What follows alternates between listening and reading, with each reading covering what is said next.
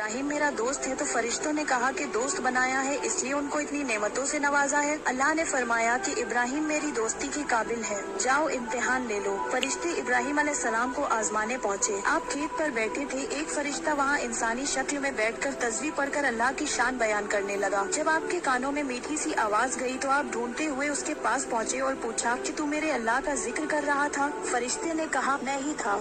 आपने फरमाया एक दफा फिर कर दो। उसने बोला पहले तो मैं अपनी मर्जी से कर रहा था, पर तुम्हारे कहने पर तभी करूँगा जब तुम बदले में मुझे कुछ दोगे। आपने फरमाया बोलो क्या चाहिए? अल्लाह के जिक्र के बदले जो चाहे वो मांग लो। फरिश्ते ने कहा कि अपनी सारी बकरियां दे दो। आपने कहा ले लो, बस जिक्र सुनाते जाओ। फरिश्ते ने फिर तस्बीह पढ़ना शुरू की। आप अल्लाह की शान सुनते गए और कहते गए और सुनाओ। कुछ वक्त में फरिश्ता चुप हो गया और कहा कि इतनी कीमत पर बस इतना ही सुना सकता हूँ। आपने कहा तू मेरे सारे जानवर ले लो, बस जिक्र सुनाते जाओ। ऐसा करते जिक्र के बदले में आपने अपनी सारी गाय भैंसे ऊँट सब दे दिए। फिर जब फरिश्ता चुप हुआ तो आपने वजह पूछी।